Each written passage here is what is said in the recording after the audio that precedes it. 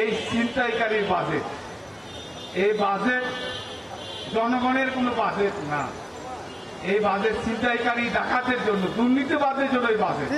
আমাদের এই সংগ্রাম চলছে, ভোটের অধিকারের যে সংগ্রাম, মানুষের কথা বলার অধিকারের যে সংগ্রাম, গণতন্ত্রের যে সংগ্রাম, ভোটের অধিকারের যে সংগ্রাম, এই সংগ্রাম চলছে যতক্ষণ পর্যন্ত এই সরকার ক্ষমতা থাকবে, যতক্ষণ পর্যন্ত এই বিএনপির আন্দোলন, এই ভোটের অধিকারের আন্দোলন, ভোটের অধিকারের আন্দোলন, মানুষের কথা বলার অধিকারের আন্দোলন, এটা চলবে যতক্ষণ পর্যন্ত সরকার পদত্যাগ না করবে, ততক্ষণ পর্যন্ত এই আন্দোলন চলবে।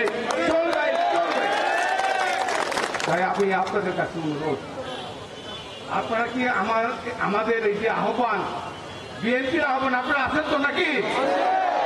আছেন তো নাকি প্রিয় ভাইয়ের আমার? তাই আমি আপনাদের কাছে আমার অনুরোধ, এই যে বাজেট, এই সরকারকে আমরা মানি না।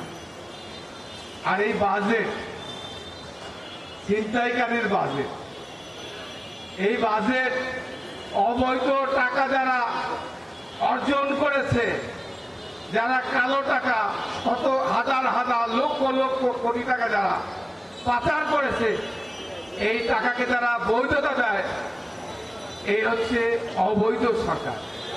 অতএব এই ছিনতাইকারীর বাজেট, এই বাজেট জনগণের কোনো বাজেট না।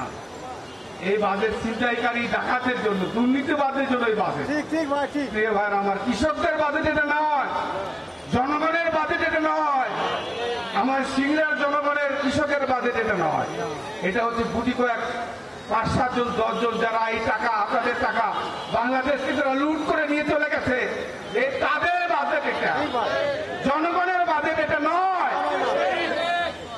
তাই আমি আপনাদের কাছে অনুরোধ, আপনারা ঐক্যবদ্ধ থাকেন, ইনশাল্লাহ আমরা অবশ্যই লক্ষ্যে পৌঁছাবো, এবং অবশ্যই লক্ষ্য পৌঁছানো না পর্যন্ত আমাদের এই সংগ্রাম চলবে ইনশাল্লাহ।